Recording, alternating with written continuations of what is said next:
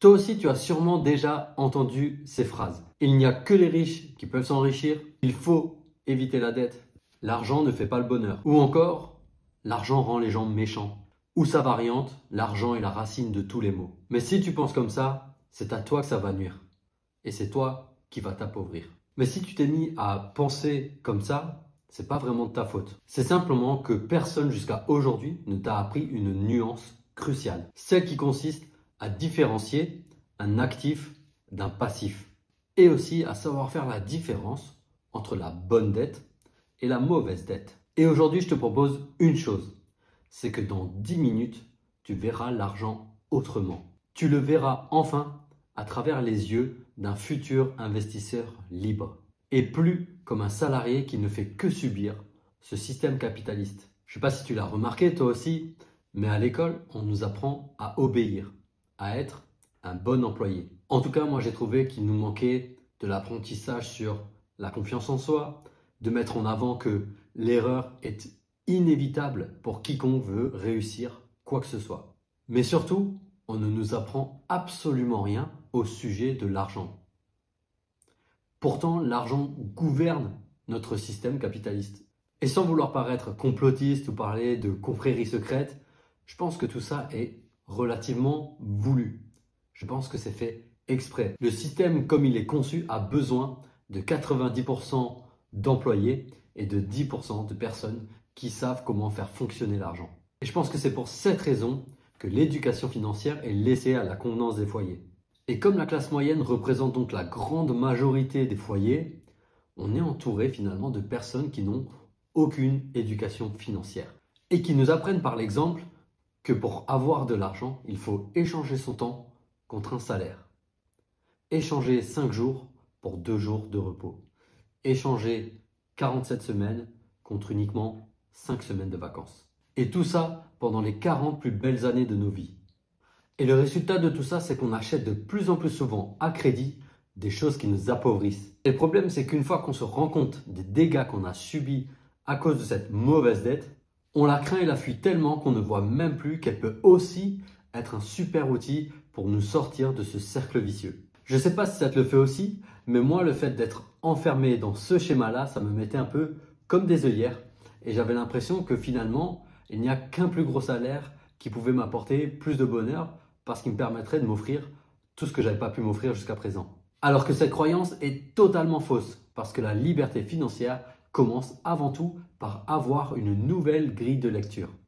Et elle est relativement simple et je vais te la présenter maintenant. Mais juste avant de voir la première notion très importante qui est de différencier un actif d'un passif, je t'invite à mettre un like sur cette vidéo pour que je puisse voir qu'elle t'aide. Et aussi, je t'invite à t'abonner et activer la cloche des notifications pour ne pas rater les prochaines vidéos. Et le premier concept à intégrer à ta grille de lecture pour mieux comprendre l'argent, c'est la notion de actif et passif. Mais alors, qu'est-ce qu'un actif?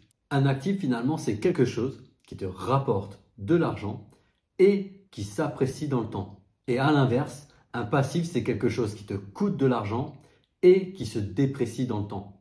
Donc tu vois déjà, finalement, peu importe la valeur, la seule chose qui compte vraiment, c'est le sens du flux. Est-ce que ça te coûte de l'argent ou est-ce que ça t'en rapporte? Alors je me doute bien qu'avec ces petites définitions, le concept reste un peu flou. Donc je vais te donner un exemple.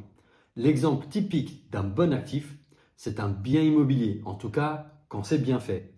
Quand c'est bien fait, un bien immobilier peut te rapporter de l'argent chaque mois dès la mise en exploitation et pas dans 20 ans quand on aura fini de payer le crédit. Mais en plus de ça, quand, encore une fois, on fait bien les choses, qu'on choisit bien l'emplacement, etc., il va s'apprécier dans le temps. Et d'ailleurs, j'en profite pour te donner cette notion-là. Ça y est, on n'est plus uniquement du côté des consommateurs qui consomment des passifs qui se déprécient.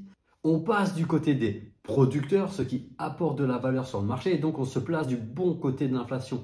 Et donc on va pouvoir en tirer profit. Et maintenant, un exemple du passif typique. C'est la voiture. En clair, une voiture neuve va perdre 20% de sa valeur dès qu'elle sort du concessionnaire et elle va en valoir plus que la moitié au bout de peut-être 3 ans jusqu'à ne presque plus rien valoir du tout. Et en prime de ça, elle va te coûter plusieurs centaines d'euros par mois. Et si comme moi, tu t'intéresses à ces notions et tu as déjà ta résidence principale, tu te poses peut-être la question, bon alors, ma résidence principale, c'est un bien immobilier, donc c'est un actif. mais elle ne me rapporte pas d'argent tous les mois. Et je ne suis pas sûr qu'elle prenne de la valeur dans le temps. Donc c'est plutôt un passif?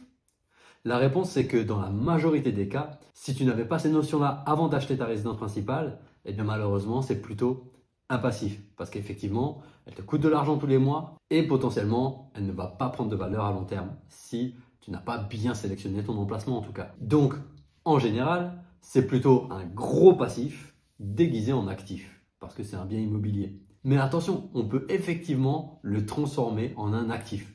Mais ça, c'est le sujet d'une prochaine vidéo. Ce que j'aimerais que tu retiennes de cette partie-là, c'est que ça ne sert à rien de garder l'argent comme un doudou près de toi sur ton livret A, au-delà en tout cas d'une enveloppe de sécurité d'environ 6 mois de charge.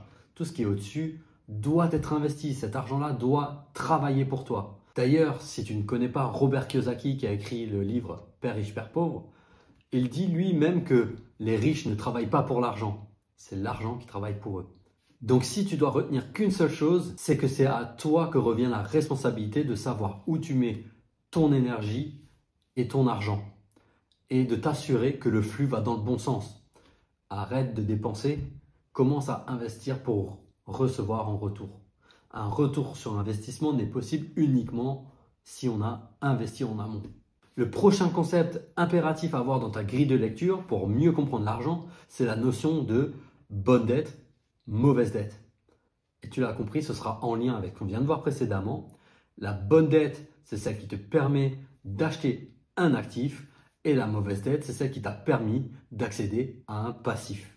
Si tu fais un prêt pour ta résidence principale à hauteur de 35% de ton endettement sans être un minimum informé sur comment négocier le bien, dans quel emplacement le choisir, etc., alors tu as pris une mauvaise dette parce que ta résidence principale va être un très gros passif pour toi. Je reprends l'exemple du deuxième plus gros passif des ménages français, et ça a été mon cas pendant longtemps, c'est celui de la voiture.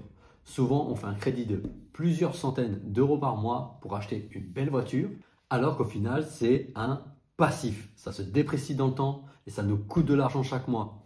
Et je ne t'explique pas la frustration que j'avais quand j'ai découvert ces principes-là et que jusqu'alors, pendant des décennies, je trouvais normal de mettre plusieurs centaines d'euros chaque mois dans une voiture. Et dans la mauvaise dette, je veux aussi rajouter tout ce qui est crédit conso et facilité de paiement pour payer un téléphone, des vacances, etc. Et donc la bonne dette, c'est celle qui te permet d'accéder à un actif.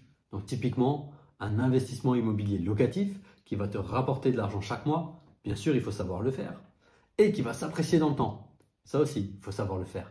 En tout cas, quand on maîtrise ce sujet, on peut faire de l'immobilier un super actif qui va nous rapporter directement de l'argent et pas dans 20 ans quand on aura fini de payer le prêt et s'apprécier dans le temps, donc se placer du bon côté de l'inflation. Il y a un autre type d'actif, c'est typiquement le business, une entreprise. Tu peux faire une dette professionnelle pour acheter une entreprise qui tourne et qui va donc te rapporter de l'argent tous les mois, mais aussi faire en sorte que l'entreprise prenne de la valeur dans le temps, en l'améliorant, en vendant de plus en plus, etc. J'en profite pour te partager une notion très importante pour moi, c'est que ton meilleur actif, ça reste toi-même. Et oui, parce que j'aime pas trop les scénarios catastrophes, mais imaginons que tout s'effondre demain, plus de biens immobiliers, plus d'actions en bourse, plus d'entreprises. La seule chose qui reste et qui restera, qu'on ne peut pas t'enlever, c'est tes connaissances et tes compétences. Et si cette catastrophe devait arriver, crois-moi, tu seras bien content et tu t'en sortiras beaucoup plus vite grâce à tes connaissances et tes compétences par rapport à tous ceux qui n'auront rien fait avant la catastrophe. Je veux que tu comprennes en fait que la dette, c'est un levier. En investissement, on parle même d'effet de levier parce qu'avec pas ou très peu d'apports, on peut soulever un gros capital à la banque, plusieurs centaines de milliers en général, qui va être remboursé grâce au loyer du locataire. Quand tu sais bien faire les choses, il y aura même de la marge qui va rentrer dans ta poche directement dès la mise en exploitation. En plus de ça, le bien va prendre de la valeur dans le temps et tout ce capital remboursé grâce au locataire va revenir sur ta fortune à toi, sur ton patrimoine net. C'est pas beau ça? Mais attention, l'effet de levier va dans les deux sens. Soit tu sais l'utiliser, tu l'utilises pour un actif, auquel cas tu peux progresser 10 fois plus vite, soit tu l'utilises dans le mauvais sens, autrement dit pour acheter des passifs, et là tu te tires une balle dans le pied, tu appauvris ton toi futur et tu iras 10 fois moins vite. Mais surtout 10 fois moins loin. Une autre notion fondamentale que tu dois avoir pour savoir dans quel projet ou quel actif tu dois t'investir, c'est la notion de revenu actif, revenu passif. Et donc un revenu actif, c'est quoi? C'est un revenu en fait qui dépend du temps que tu y consacres, qui a besoin de ta présence. Typiquement, le salaire. Et j'en profite pour te placer une phrase qui m'a marqué quand j'ai découvert ce concept, c'est « Si tu ne gagnes pas d'argent quand tu dors, alors tu travailleras jusqu'à la mort ». A l'inverse, un revenu passif, c'est un revenu qui ne nécessite pas ta présence pour être généré. Typiquement, les loyers perçus sur un projet immobilier bien ficelé. Alors attention, je ne dis pas que le salariat est à proscrire ou que tu ne dois pas chercher à avoir un revenu actif. Je tiens simplement à t'apporter une nouvelle perspective qui te permet de voir qu'effectivement, avec un seul revenu actif, s'il disparaît, eh bien c'est moins sécuritaire que si tu as un revenu actif plus 2 ou 3 revenus passifs. Si le revenu actif s'enlève, il reste tes 3 revenus passifs, tu peux survivre. Et pourquoi je te parle de ça? C'est parce que moi, quand j'ai signé mon premier CDI autour de 18 ans, j'ai vu ma mère perdre son CDI et toute son ancienneté qui allait avec. Et elle n'a plus jamais retrouvé le même niveau de rémunération, etc. Donc je peux te dire que ça m'a marqué et que du coup la notion de CDI égale sécurité a vraiment été remis en question à ce moment-là. Ce que je veux te faire voir aussi, c'est que finalement, grâce aux revenus passifs que tu mets en place, tu vas pouvoir changer de revenu actif si c'est ce que tu souhaites. En tout cas, comme moi à l'époque. Mon travail sous les néons de l'usine ne me plaisait plus, donc j'ai créé des revenus passifs qui m'ont permis de pouvoir m'en extraire pour créer un revenu actif qui faisait beaucoup plus de sens pour moi. Et qu'est-ce qui faisait le plus de sens pour moi? Tout simplement, avec ma passion d'immobilier et de l'humain, eh bien, j'ai voulu accompagner les gens personnellement, individuellement, avec du lien, faire équipe avec eux sur leur projet IMO. Maintenant, on va voir les 4 étapes pour appliquer ces concepts dans ta vie. Et la première étape, c'est de lister ce que tu possèdes vraiment. Tu peux les classer en 2 catégories, tu l'auras compris. Qu'est-ce qui rentre dans la colonne des actifs? Qu'est-ce qui rentre dans la colonne des passifs? Et pour ça, c'est simple. Identifie ce qui te rapporte un revenu et ce qui te coûte de l'argent tous les mois. Ce qui peut t'aider à identifier un potentiel actif que tu aurais, c'est de te demander si j'arrête de travailler demain, quel revenu est-ce que je continuerai de percevoir? J'en profite pour te partager une phrase qui m'a aussi beaucoup marqué en découvrant ces concepts, c'est « Si tu n'as que ton salaire comme unique source de revenus, alors tu es à un salaire de la pauvreté ». L'étape 2, réoriente tes priorités d'achat. Ne fais plus d'achats majeurs sans te poser la question de quel est le sens du flux. Est-ce que je dépense de l'argent pour quelque chose qui va se déprécier et me coûter, ou est-ce que ça va me rapporter de l'argent et s'apprécier dans le temps? Ou encore, tu peux te demander, est-ce que cette dépense va m'appauvrir, ou est-ce que c'est un investissement qui va me rapprocher de mon autonomie, de mon indépendance financière? Et si, comme moi, tu as des excuses qui te viennent au niveau de la voiture, du style « Oui, mais la voiture, j'en ai besoin pour aller travailler, donc quelque part, c'est un peu un actif. » Oui, tu as besoin d'une voiture, peut-être. Et encore à vérifier avec les transports en commun. Bref, mais je peux concevoir que tu aies un besoin de liberté et d'avoir ton propre véhicule, pas de problème. Par contre, on n'est pas obligé d'avoir une voiture à 20, 30, 40 000 euros qui nous coûte un prêt de plusieurs centaines d'euros chaque mois. Une voiture à moins de 5 000 euros fait largement l'affaire et peut nous emmener d'un point A à un point B. Et là, si tu es comme moi à l'époque, tu vas te dire « Oui, mais une vieille voiture, ça va peut-être coûter plus cher en entretien et je vais aller au garage plus souvent. » Je t'invite à poser les chiffres et à te rendre compte à quel point on est très fort pour se convaincre de quelque chose qui nous arrange. Parce que finalement, c'est beaucoup plus confortable et flatteur pour l'ego d'avoir une voiture plutôt neuve qu'une vieille voiture. Et d'ailleurs, je l'ai fait. J'ai vendu la BMW pour m'acheter une vieille Citroën C1 que j'ai encore d'ailleurs. Simplement, ma priorité, c'était de ne plus avoir de passif pour pouvoir m'endetter un maximum pour de l'actif. Et c'est ce qui m'a permis de créer des revenus qui m'ont permis de quitter le salariat. Alors, je ne dis pas que c'est ce que tu dois faire. Moi, j'avais envie d'entreprendre, envie de créer mon activité, mon nouveau revenu actif. C'est peut-être pas ton cas. Peut-être que tu veux juste te sécuriser, assurer ta retraite, etc. Si tu as des excuses qui te viennent comme ça, je voudrais te partager un concept qui m'a beaucoup aidé. Et ça vient de Robert Kiyosaki qui a écrit le livre Père riche, Père pauvre. Et donc on lui a demandé, mais alors quelle est la différence entre ton père pauvre et ton père riche? Et donc il le dit comme ça, et je me suis reconnu là-dedans. Il dit les pauvres, mais c'est pas péjoratif, c'est tout le contexte du livre qui est comme ça. Il dit les gens de la classe moyenne, en tout cas qui ne feront pas de revenus passifs qui pourront leur permettre d'être plus libres, eh bien ce sont des gens en fait qui s'affirment des choses négatives. Typiquement, je ne peux pas me le permettre. Je ne sais pas si ça te parle, si tu l'as déjà dit. Je ne peux pas me le permettre, il faut bien que j'aille travailler, etc. Les affirmations ferment l'esprit, alors qu'au contraire, son père riche, lui pose des questions parce que les questions ouvrent l'esprit. Et typiquement, notre cerveau fonctionne un peu comme un ordinateur. Si on lui pose une question, il a beaucoup plus de chances de trouver une réponse que si on lui affirme qu'il ne peut rien faire. Donc, au lieu de dire « je ne peux pas me le permettre », son père riche dit « comment je vais pouvoir me le permettre ? Qu'est-ce que je peux mettre en place pour arriver à ?» Et maintenant, l'étape 3. Une fois que tu as créé ton épargne de précaution, tu dois commencer à acquérir des actifs. Et il y a 4 grands actifs. Le premier, c'est toi-même. Parce que la première excuse qu'on sort, et je m'en souviens, je me l'étais dit aussi, c'est oui, mais moi je ne sais pas, je n'ai pas les compétences. Oui, mais investis sur toi pour savoir. Achète un livre, ça coûte pas grand-chose. Ou si tu peux, achète une formation, un accompagnement. Ce sera encore mieux. C'est un investissement parce que tu vas éviter des erreurs qui coûtent des milliers, voire des dizaines de milliers d'euros.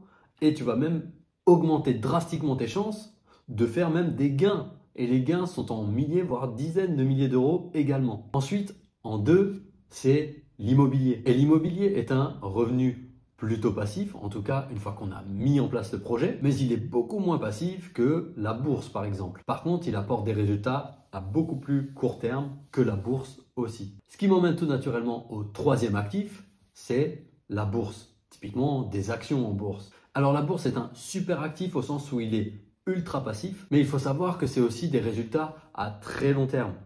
En fait, la puissance de la bourse se trouve dans les intérêts composés. D'ailleurs, pour l'anecdote, a priori, Einstein aurait dit que la 8e merveille du monde, c'est la puissance des intérêts composés. Alors, pour ceux qui ne connaîtraient pas ce principe encore, les intérêts composés, c'est que tu vas investir un capital, tu vas recevoir un intérêt dessus. Et en fait, tu vas recevoir l'année suivante des intérêts sur le capital plus les premiers intérêts, et ainsi de suite. Ce qui fait que la boule de neige va grossir de plus en plus vite. Autrement dit, la courbe de ton capital va être exponentielle.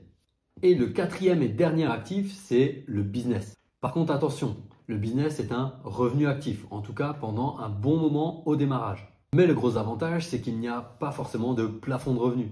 En effet, plus tu avances, plus tu vas pouvoir déléguer, automatiser des choses, et plus tu vas pouvoir, comme ça, augmenter ton revenu presque indéfiniment.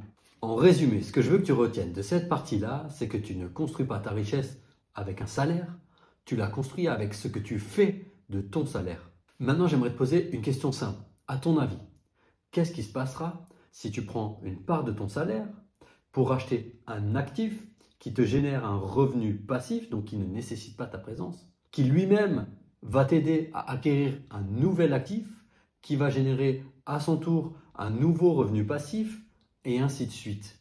Et enfin, la 4e étape, se servir de la dette avec stratégie. Ici, on parle bien sûr de faire une demande de prêt pour un investissement immobilier ou un crédit professionnel pour créer ou reprendre une entreprise. Mais attention, surtout, jamais de dette pour vivre au-dessus de tes moyens. Et ma règle, c'est même si tu as besoin d'un prêt pour l'acheter, c'est que c'est au-dessus de tes moyens. Et ça vaut même pour la voiture. En résumé, un investisseur ne fuit pas la dette, il la voit simplement comme un outil aiguisé à manier avec précaution.